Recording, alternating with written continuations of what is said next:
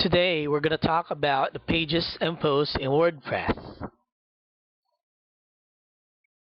So you might be asking yourself, or you might be asking us, is there a difference with pages and posts in WordPress?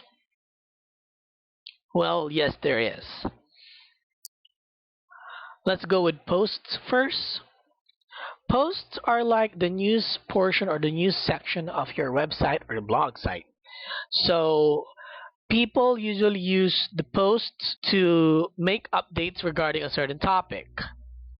And with this, posts are listed usually in reverse chronological order, meaning the newer posts are the ones on top. Please take note as well that posts can be categorized or tagged, and posts are included in the RSS feed. Now let's go to pages. For pages, these are usually used for static information.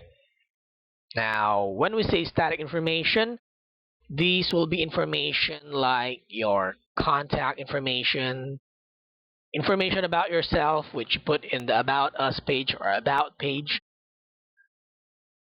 Generally, the information that you put on pages are the ones that doesn't change for a long period of time. Please take note as well that pages cannot be categorized or tagged, and they aren't listed by date.